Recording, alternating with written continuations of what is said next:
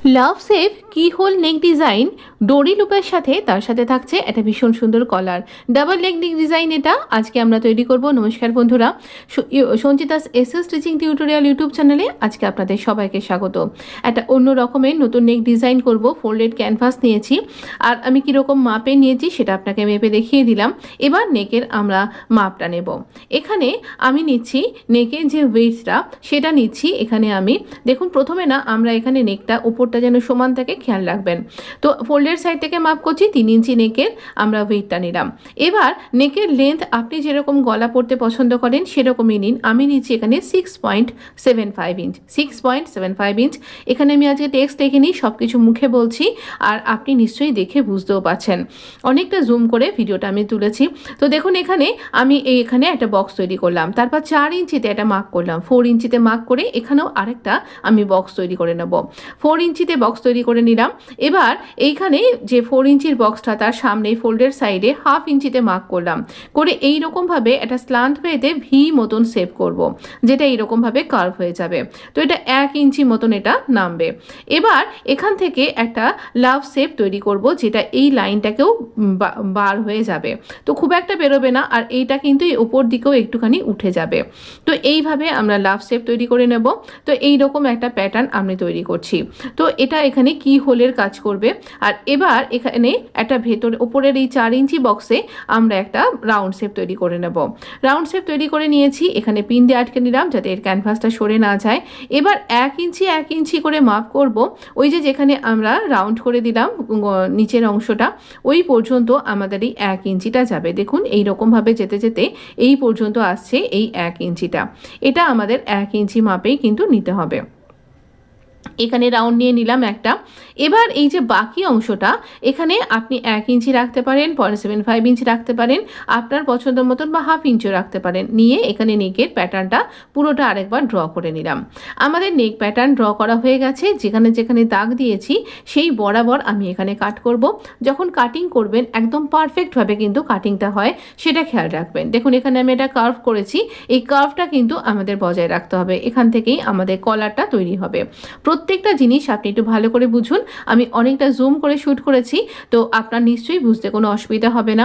আজকে বিশেষ কারণে আমি একটু টেক্সটটা লিখছি না, কিন্তু আশা করি আপনি সবটাই বুঝতে পারবেন। তো দেখুন, এখানে একটা ভীষণ ট্রেন্ডি নেক ডিজাইন, আর এটা আপনি যে কোনো ড্রেসের সাথে, এমনকি কুর্তি, যে কোনো ভালো অন্যান্য ড্রেস ইত্যাদি সব কিছুর সাথে এটা তৈরি করতে পারবেন। ভীষণ সুন্দর এবং খুব ইজি নেক ডিজাইনটা। যারা বিগিনার্স তারাও এটা তৈরি করতে পারবেন। এবার দেখুন, এই ভেতরের যে শেপটা, সেই শেপটাকেও আমরা এখানে ঠিক যেরকমভাবে এঁকেছি ঠিক সেইভাবেই কিন্তু আমরা এখানে কাট করব। এই ভেতরের শেপটা আপনি আপনার মতন করে ছোট বড় করতে পারেন। যতটা বড় গলা আপনি পরতে পছন্দ করেন, হ্যাঁ, এটাকেও কিন্তু আপনি প্যাচ হিসাবে লাগাতে পারেন, যে ভেতর থেকে শেপটা বেরিয়ে এলো। এবার দেখুন, এখানে আমাদের নেকটা দেখতে লাগবে ঠিক এই রকম।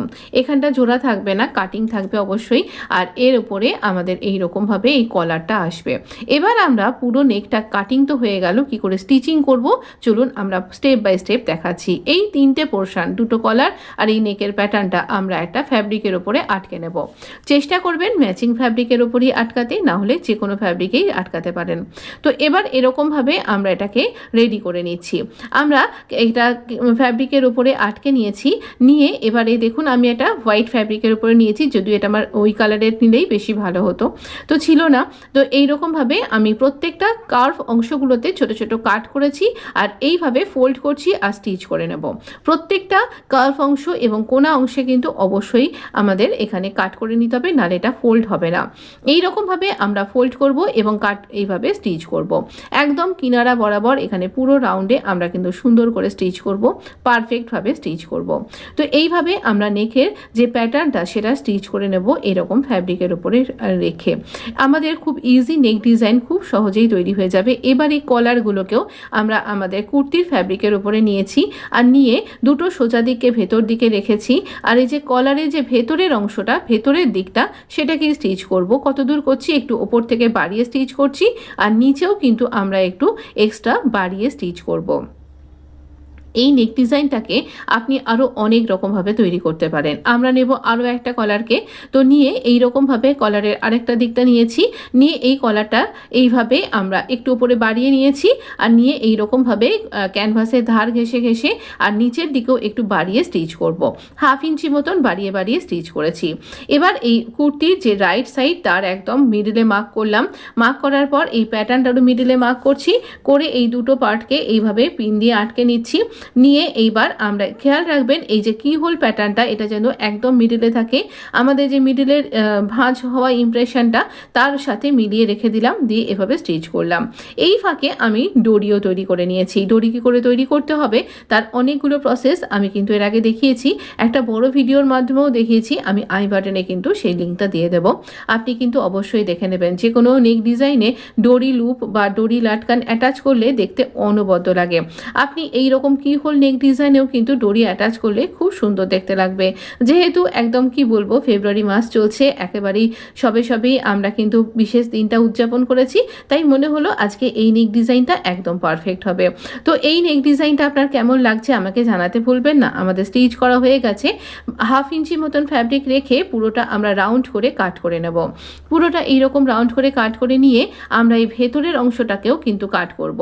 ভেতরের অংশটা খুব সাবধান করে একদম আমাদের এই শেপটাকে বজায় রেখে আমি কিন্তু এখানে কাট করব। তবে আপনি এরকম শেপ না করে একদম রাউন্ড শেপও করতে পারেন বা লিভ শেপও করতে পারেন।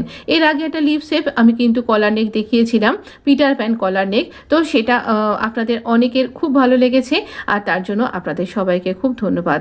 তো দেখুন এখানে ছোট ছোট কাট করব, প্রত্যেকটা রাউন্ড অংশে ছোট ছোট কাট করব, আর কোনাগুলোতেও ছোট্ট করে কাট করব যেন কেটে না যায় আমাদের সেলাইটা, সেটা কিন্তু অবশ্যই খেয়াল রাখবেন। এইভাবে ছোট ছোট কাট করে নিয়ে আমাদের এটা টার্ন করে নিতে হবে। এটা টার্ন করছি। এবারে যে ভেতরের সরু অংশটা এরকমভাবে একটা ছুঁচালো এখানে আমি নিয়েছি অয়েল পেইন্ট ব্রাশ, তার এই কাঠি অংশটা দিয়ে এইভাবে ভেতর থেকে টেনে বার করে নিলাম। এইভাবে টেনে বার করে নিলে আমাদের কিন্তু এই কোনা অংশ, যে কোনো কোনা অংশ ভীষণ ইজিলি বেরিয়ে আসবে। তবে দেখবেন যেন ছিঁড়ে না যায়। এবার আয়রন করে নিন একটু ভালোভাবে, তাহলে দেখবেন নেকটা খুব সুন্দরভাবে বসে যাচ্ছে। এই ভেতরে যে মাঝখানের ওই হার্টের অংশটা, সেই অংশটাও কিন্তু আমরা এরকম কোনা করে বার করে নিলাম। তো এবার এই রকম এটা দেখতে লাগছে সুন্দর, কিন্তু আমাদের শেপটা বেরিয়ে এসছে। এবার হচ্ছে আরও একটা টিপস, এখানে কিন্তু আমাদের টপ স্টিচ করতে হবে আর একদম কিনারি বরাবরই করতে হবে। আচ্ছা, এবার আমরা একটু দেখে নেব আমাদের এই কলার অংশটা কীরকম দেখতে লাগছে।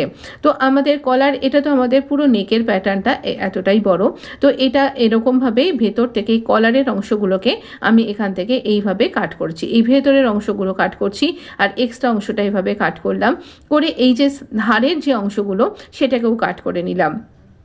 ভেতরে ছোট ছোট করে কাট করে নেব, আর এটাকে এবার টার্ন করে নেব। এই রকমভাবে কোনাগুলোকে কাট করে নিয়ে এরকমভাবে টার্ন করে নেব। এইভাবে টার্ন করে নেবার পরে তো আমি এখানে এখানেও যে কোনা পার্টগুলো রয়েছে সেগুলোও কিন্তু এই স্টিকের সাহায্যে পারফেক্টভাবে বার করব। এটাকেও আয়রন করে নিন। এবার আমি একটু ভাঁজ করে নিয়েছি। ভাঁজ করে এই যেখানে আমার ক্যানভাসটা বরাবর আমি একটু দাগ দিয়ে নিচ্ছি, কারণ আমাদের এই দাগ বরাবরই কিন্তু পরে কলারটাকে অ্যাটাচ করতে হবে। তো এই দাগ বরাবর আমি এখানে অ্যাটাচ করব, এখানে চক দিয়ে দাগ দিয়ে নিলাম। এবার এখানেও কিন্তু আমি এই রকমভাবেই অন্য দিকের কলারটাতেও ঠিক একই রকমভাবেই কাট করব, আর এই ভেতর থেকে এক্সট্রা ফ্যাব্রিকগুলোকেও কাট করে নেব। খেয়াল রাখবেন কলারের ভেতর দিক আর বাইরের দিক কিন্তু আলাদা হয়, তাই আমরা কিন্তু ভেতরের দিকটাই যেখানে স্টিচ করেছি তার পাশ দিয়েই কাট করব। আর ছোট ছোট কাট করবেন, তাহলে এটা সহজেই টার্ন হয়ে যাবে, যেহেতু এটা রাউন্ড শেপ করে রয়েছে। তো এই রকমভাবে ইজিলি কলার নেক কিন্তু আমরা যে কেউ বিগিনার্সরা কিন্তু তৈরি করে নিতে পারবো। তো এইভাবে আমরা একটু আয়রন করে নেব। এই স্টিকের সাহায্যে কোনো অংশগুলোকে বার করে নেব। আর এখানেও কিন্তু আমরা এই ভেতরে যে কলার বরাবর আমরা এখানটাতে ক্যানভাস বরাবর কলারটাতে দাগ দিয়ে নিচ্ছি চকের সাহায্যে। এবার একটা ব্যাপার একটু বোঝবার আছে, যেহেতু এই কলারটা একটু অন্য রকমের, তাই স্টিচিংটাও একটু অন্যরকম করে হবে। কিভাবে হবে আমি বোঝাচ্ছি। এই দেখুন, এটা এর ওপর যখন এসে পড়বে তখন এই নিচ থেকে এই যে অংশটা বেরিয়ে যাচ্ছে সেটাকে আমরা কি করে মেকআপ করব চলুন দেখিয়ে দিচ্ছি। দেখাচ্ছি। প্রথমে আমরা এখানে কলারটার এই ধার ঘেঁষে ঘেঁষে একটা টপ স্টিচ লাগিয়ে নেব, না হলে এটা ভালো করে বসবে না আর দেখতেও ভালো লাগবে না। এইভাবে এটা স্টিচ করব। এইখানে দাগ বরাবর রেখে স্টিচিংটা বন্ধ করে দেব। আবারও এখানে এই নিচের দিক থেকে স্টিচিং করছি আর এখানেও কিন্তু এই অবধি স্টিচ করব। এবার আমরা এই পুরো নেকটাতে একটু ফাস্ট ফরওয়ার্ডে দেখাচ্ছি, কারণ এটা আপনি নিশ্চয়ই সহজেই বুঝতে পারবেন। তো এখানেও কিন্তু আমরা ধার ঘেঁষে ঘেঁষে পুরো নেকের প্যাটার্নটা এই কিহোল সহ আমরা এখানে কিন্তু একটা টপ স্টিচ করব। আপনি এখানে একটুখানি বিশেষভাবে বলছি, এখানে একটুখানি ছোট ছোট বকেয়া দিয়ে স্টিচ করবেন, তাহলে আপনার এই কার্ভ অংশগুলো ঠিকঠাকভাবে স্টিচ হবে। তো এইভাবে আমরা কিন্তু যে কোনো কাটওয়ার্ক নেক ডিজাইন বা কিহোল নেক ডিজাইন সহজেই কিন্তু তৈরি করতে পারবো। আমাদের এই কোনো অংশগুলো এরকম ক্যানভাসের সাহায্যে তৈরি করে স্টিচ করতে একটু অসুবিধা হবে না। আমাদের নেক স্টিচ করা হয়ে গেছে। এবার এই অংশগুলো আমি এখানে দেখাচ্ছি কিভাবে এখানটা এই যে বেরিয়ে রয়েছে আমাদের লাভ স্টেপের পরে যে অংশটা এটা বেরিয়ে রয়েছে, এই অংশটাকে আমরা দেখুন এখানে দাগ দিয়ে নেব। এখানে দাগ দিয়ে নিলাম কতটা বেরিয়ে রয়েছে, তাহলে এই অংশটা আমরা ফোল্ড করে পিন দিয়ে দিলাম, দিয়ে এখানটাতে স্টিচ করব। না, এখানে অনেকটা মোটা হয়ে যাচ্ছে, আপনি ক্যানভাসের সাথে নিতে পারবেন না। আমি এমনি আলাদা আলাদাভাবে কলারগুলোকে দাগ দিয়ে নিচ্ছি, একটু জুম করে দেখাচ্ছি কোন অংশটা আমাদের ঠিক করতে হবে। এই যে এই অংশটা, এই যে এখানটাতে ওভারল্যাপ হচ্ছে এই অংশটাতে একটু দাগ দিয়ে দিলাম আর এইভাবে ফোল্ড করব। এখানে কিন্তু আমরা ইনভিজিবলভাবে ডোরিও ইনসার্ট করব। এর পরের স্টেপটা খুব কেয়ারফুলি আপনি ওয়াচ করুন। এই দেখুন আমি দাগ দিয়ে রেখেছি, এই দাগ বরাবরই কিন্তু স্টিচ করব। এই নেকটা যেখানে স্টিচ করলাম সেই বরাবর আমরা এখানে স্টিচিং করব, একই স্টিচিং লাইনের মধ্যে দিয়ে যাবে, আলাদা স্টিচিং লাইন তৈরি করবেন না। এইবার এরকমভাবে কলার যেভাবে আস্তে আস্তে ধরে না টেনে সেলাই করতে হয় একই রকমভাবে সেলাই করব। এই ডরিটা তৈরি করেছি, এই ডরিটাকে একদম এই ওপরে কলারটার ভেতর দিকে ইনসার্ট করে দিচ্ছি, দিয়ে এখানে তেমন হলে আমি এই যন্ত্রটার সাহায্য নিচ্ছি স্ক্রুড্রাইভারের সাহায্যে, এভাবে ইনসার্ট করে দিয়ে এই অংশটা ভেতর দিকে ইনসার্ট করব যেটা বেরিয়ে থাকছিল, দিয়ে এই অংশটা রাউন্ড করে স্টিচ করে দিলাম। দেখুন সম্পূর্ণ ইনভিজিবলভাবে ডরিটা স্টিচ হয়ে গেল। এবার এই পাশের অংশটাতেও ঠিক একই রকমভাবে করতে হবে, একই রকমভাবে এইভাবে কিন্তু আমরা এখানে স্টিচ করব। এখানে না আমি শেষে একটু মেশিনে এমব্রয়ডারিও করেছি, আপনি তাই একদম লাস্ট অবধি ওয়াচ করতে ভুলবেন না। এবার আমরা এখানে আপনি এমব্রয়ডারি যদি মেশিনে করতে না পারেন তাহলে কি করবেন সেটাও বলে দেবো। এখানে এই অবধি স্টিচ করব, এখানটাতে ডরিটাকে ইনসার্ট করব। এই দেখুন আমি এভাবে ইনসার্ট করলাম, করে এই এক্সট্রা অংশটাকে ভেতরে ইন করে দিচ্ছি, দিয়ে একটুও টানাটানি না করে এখানটাতেও কিন্তু আমরা সমানভাবে স্টিচ করে দেব। আমাদের নেক ডিজাইন একদম রেডি হয়ে গেছে, একটু বাকি আছে। তো এবার আমরা ডরিটাকে আটকে দেব। আর এই যে আমাদের আদার সাইডটা, এই অংশটাতে আমি এখানটাতে এই আদার সাইড অংশটাতে এইখানে জিগজ্যাগ মোডে নিয়ে গেছি, গিয়ে হোয়াইট কালারের থ্রেড দিয়ে আমি কিন্তু এখানে স্টিচ করছি। এই হোয়াইট কালারের থ্রেড দিয়ে স্টিচ করলে দেখতে একটা অন্যরকম এমব্রয়ডারি এফেক্ট আসবে, আর এর জন্য একদম একরঙা ফ্যাব্রিকের উপরে একটু অন্য রকম লুক অ্যাড হয়ে যাবে এই জিগজ্যাগের সাথে।